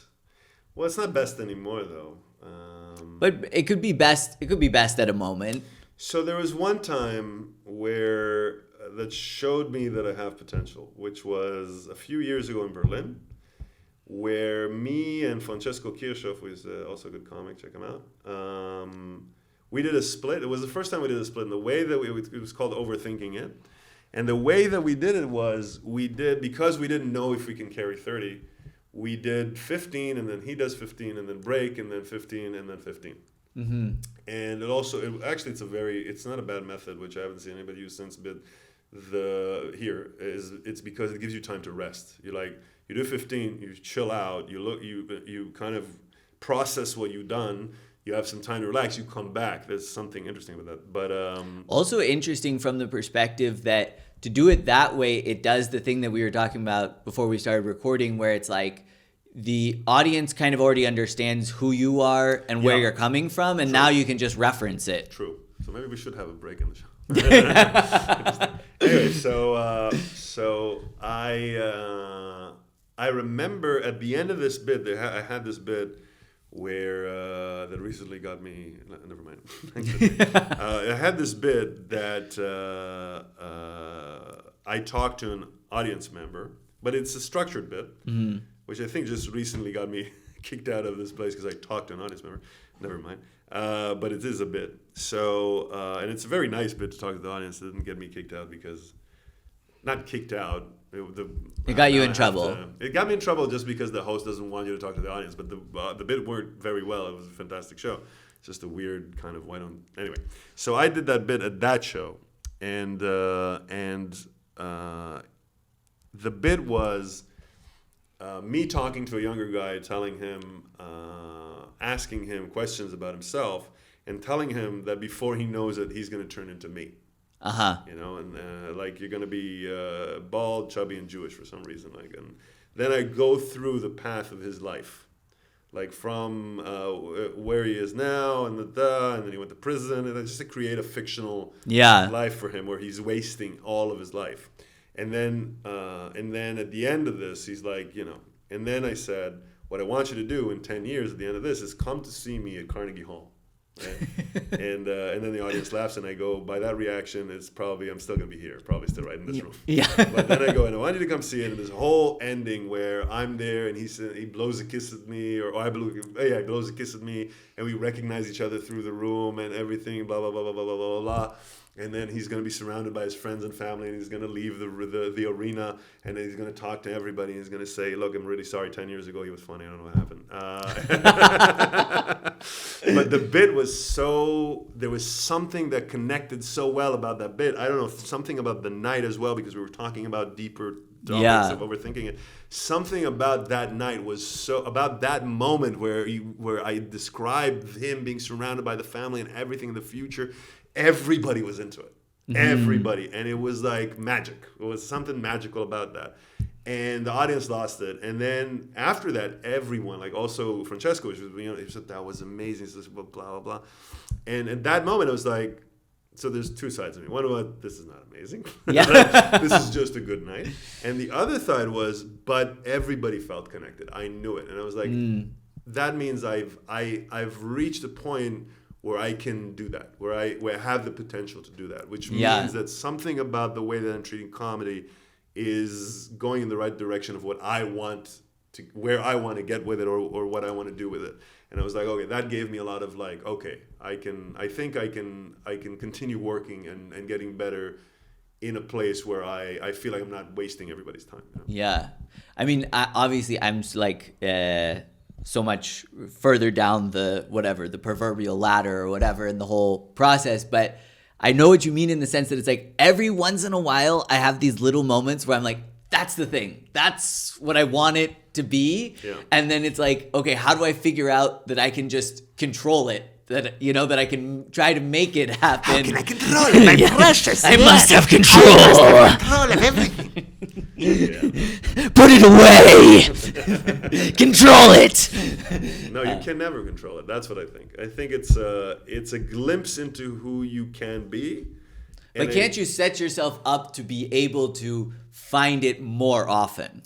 You can, if you trust. I don't know, but this is my theory. My theory is you can develop tools and you can express yourself and find in the way that you're expressing yourself things that you like more and things that you like less, while trusting that the thing that made whatever came out that you saw and thought this is pretty good, that if you continue on the path where you trust yourself and grow, it's not like I need to be the same. It's I trust the same voice that I trusted initially that is actually telling me to grow more and get more tools, that is leading me to more of this. Mm-hmm. But I don't think maybe into like 20 years doing comedy, there's a time where you can, more easily reach into it and more easily like shape it. maybe. But I would say, yeah, I think the good comedians that I really love, I think they become this comic. They're just that. And now it's about how much they work in order to make something good.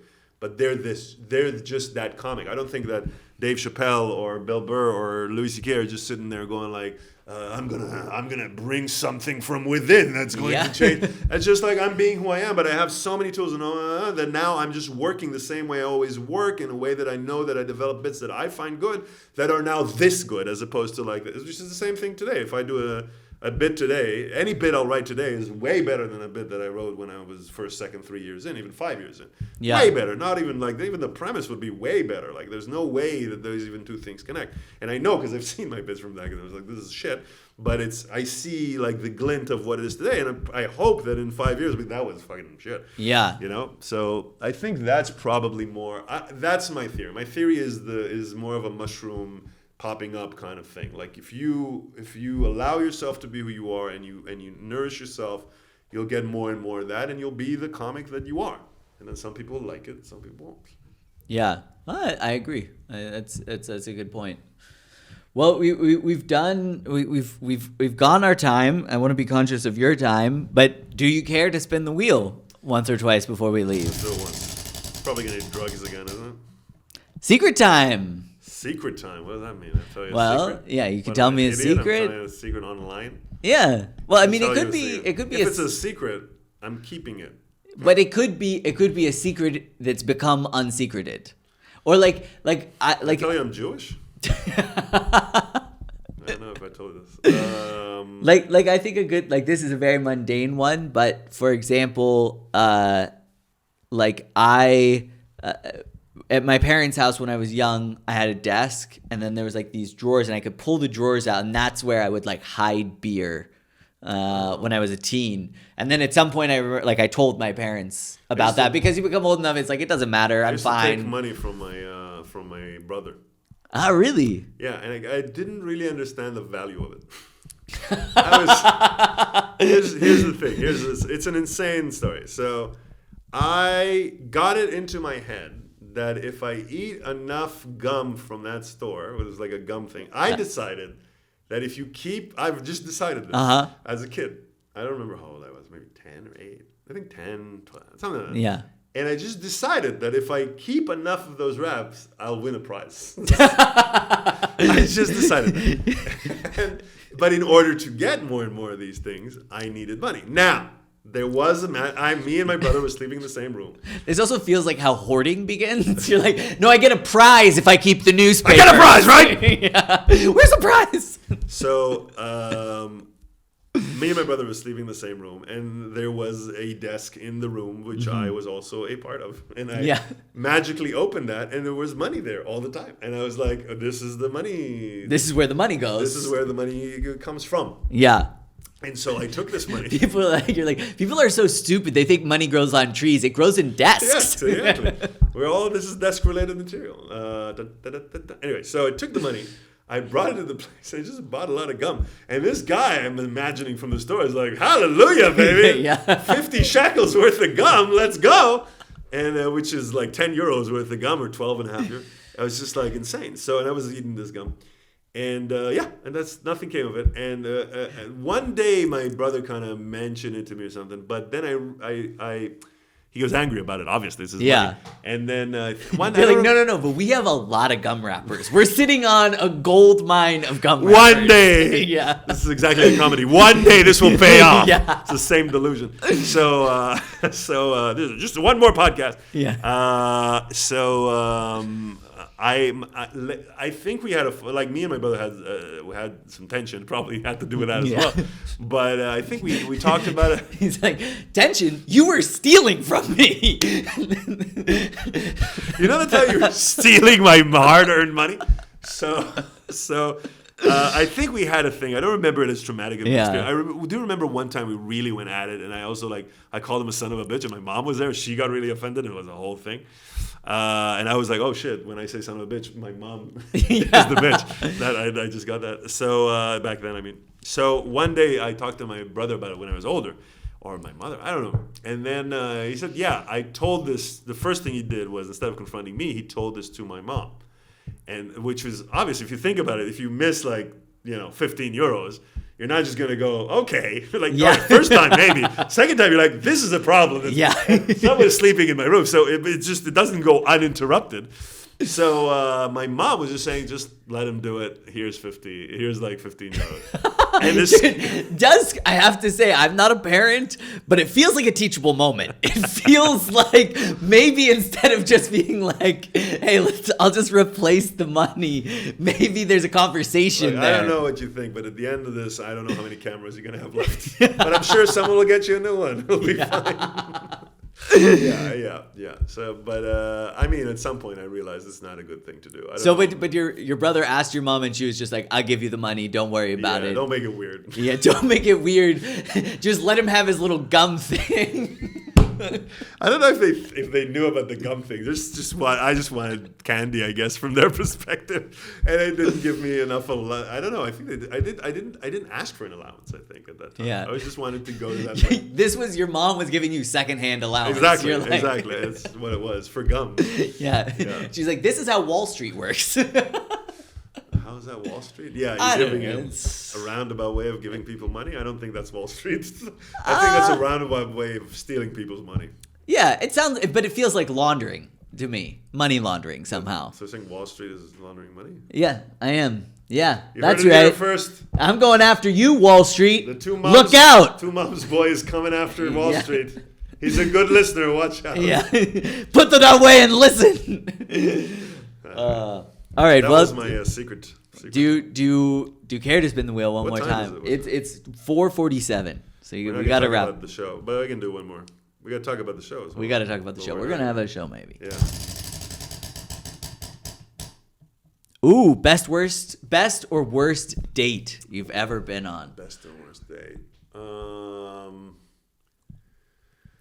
Well, best date. Are we talking emotionally, or are we talking best sex?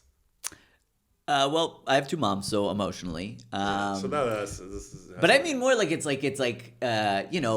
you're like, we were fucking. We were fucking. That's the best date. We were fucking. That's it. I don't know. You're like, we were camping in the mountains, and a goat came, and we were there, and then we ate mushrooms, and it was, and then we were fucking. You have two moms, don't you? That's. I can't even say that word. It makes me enough. The good date is goats involved for some reason. Yeah, and respect. Goats, and we made cheese, and there's a lot of respect in the air. Yeah. I don't remember necessarily. I mean, I've had some horrible dates. Here's a horrible one. I broke up with my then insane girlfriend. Mm-hmm. She was then insane. Now she's also, I guess, insane, but her partner puts up with it, I guess. But I broke up with her, and I was just I had to go back to the dating pool. I was like, I hate fucking dating. I fucking hate it. And then my dog at the time was dying. He was at the end of his life, and so he was like, I'm sorry for your loss. Thank you. He was a very sweet dog. It's funny, I laugh about my dad dying, but my dogs, I don't talk about that. Yeah, that is the line. Dogs are the line. It's fucking dogs. Yeah. So you, any obedient servant, you hold them to heart. No, but he was not obedient. Anyway, so we let him live in the big house. Yeah, he was in control. Anyway, so no, but he was a very sweet dog, and so I had this. Veterinarian. He had a heart problem. He had this veterinarian. He was specializing in dog hearts, which is weird. And he had this assistant, right? This nurse, I think. And my dog literally just died on the table there. And she was like, "This is the last I'm going to see this guy. Maybe I'll take his number." And I was like, okay, yeah. And I mourned my dog and stuff. But wait. So okay. I see the fun here. Yeah.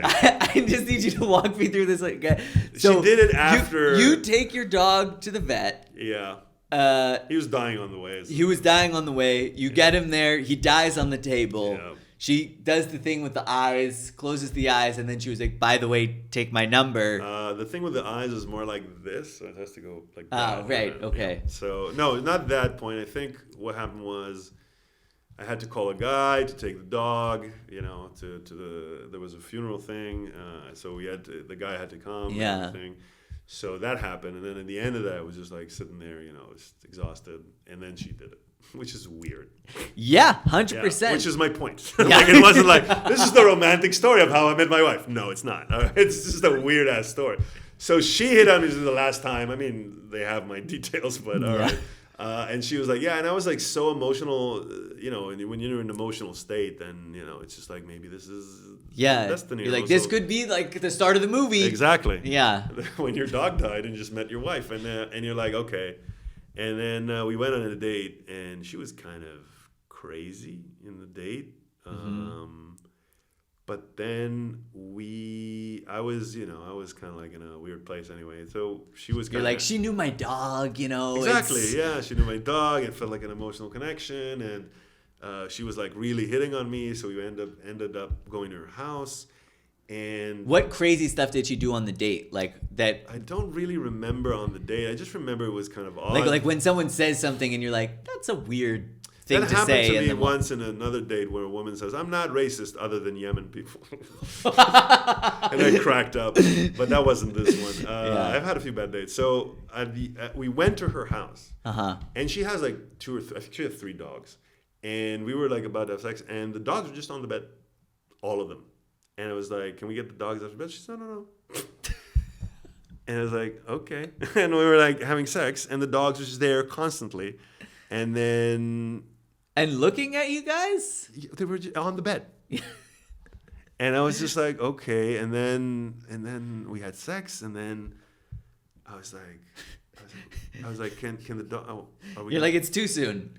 We get the dogs. And then I was like, okay. And then I wanted to go to we were sleeping. I don't know. There was something about. She was like, there's no way these dogs are leaving the bed. Like that was the whole thing. And I was just looking around, going like, this woman is insane. I don't think we actually had sex. Maybe we didn't. Maybe we did. I don't remember. I would hope that when she said the dogs can't leave the bed, that you'd be like, I think maybe I did. Because I don't remember the sex. I think there maybe was no sex. I think it was just like, oh, the dogs are staying. Maybe I was horny and we had sex, but I don't think so. Anyway, the whole situation was like, that is when it clicked to me. It was like, oh, she's insane. Right. And I got so I was also probably in mourning and stuff, but I was just so I'm so tired of dating, man. You just meet, it just reminded me, this was the first date after I broke up with a girlfriend, my dog died, and now I'm in this place. I'm just like, I just don't want to meet people anymore. I just don't want to date crazy. I don't want to meet anybody anymore. That is the huge problem, and I also think it's a thing about being in like a long-term relationship. Is like once you're in it for a little while, you start to be like oh yeah, this is great, but I mean, what's happening out here? But that is what I always think about, which is that I hated everybody. Yes. I thought everybody was shit. I didn't like anybody.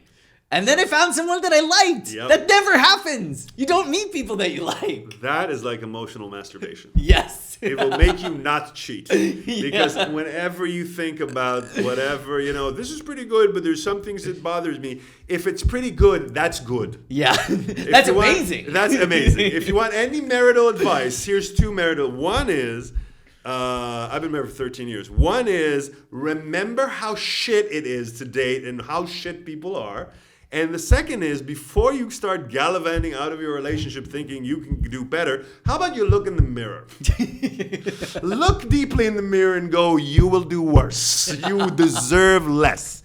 And then realize that person is not the problem, you are the problem. And then you kind of find the truth of like, you're both kind of okay. Yeah. And she's probably better than you if you've done well. And it's fine. And this is good. And it's a good relationship. It's amazing. Like you don't. And that's a life. That's life. And you just wait for the car from. No, it's not a bad thing. It's actually a pretty good thing. It's actually the place where you go like, wait a minute, like. This is all the motivational speaker bullshit. It's just like, I deserve more and I need to be a millionaire and I this and that. Which, by the way, I thought about this. Why $1 million? What is it about $1 million that changes? Why is it that number? Yeah. A million is good. Million good. This is just programming, right? Yeah. So. And the funny thing is, a million is still poor now. Yeah, exactly. Millionaire, billionaire. Just stop saying those words. You don't know what they mean. So it's a delusional thing that what it really does, it separates you from the moment. And whatever separates from you from the moment separates you from whatever you actually have. And I'm not saying look at what you have and go, whatever I have, that's good, and I'm going to stay, because if it's shit, it's bad. If it's below your expectations, it's not giving you something, sure, fucking get out of there as quick as you can. But if the thing that's bothering you is this incessant feeling that you should be doing better, that's just programming that's telling you, that is not allowing you to look at what you actually have. And if you stop doing that, or you try to stop doing that, and you look at what you actually have and it's actually pretty good, then fucking stand it, because it's pretty good. You know, it's good. Your life is pretty good. Like, what do you want? Fantastic? Nothing. There's only moments in life when it's fantastic. You know, and that's what I think. And then you can appreciate more what you have and realize, wait a minute, my life is pretty good. And then you less want to kill yourself. Yeah. That's my thought process anyway. And I kind of feel like that's a great note to end on. Yes. Thank you I for agree. coming. Thank you for having me. People can find you on Epic Comedy Berlin. Epic Comedy Berlin. Link in Right description here. below. And also Ori Halevy, Bald Jew. It was Big Old Jew, but I changed it. I don't know if maybe I'll change it. But what do you think? I kind of liked Big Old Jew. Yeah, I also liked it more. I think I'll change it back. Anyway, Big Old Jew. Big Old Jew. Check him out. Follow him if you're in Berlin. Come to a show. Come to see a show. Be funny, motherfuckers. Yeah. Just something else. Thank you. This was fun. Yeah, it was fun.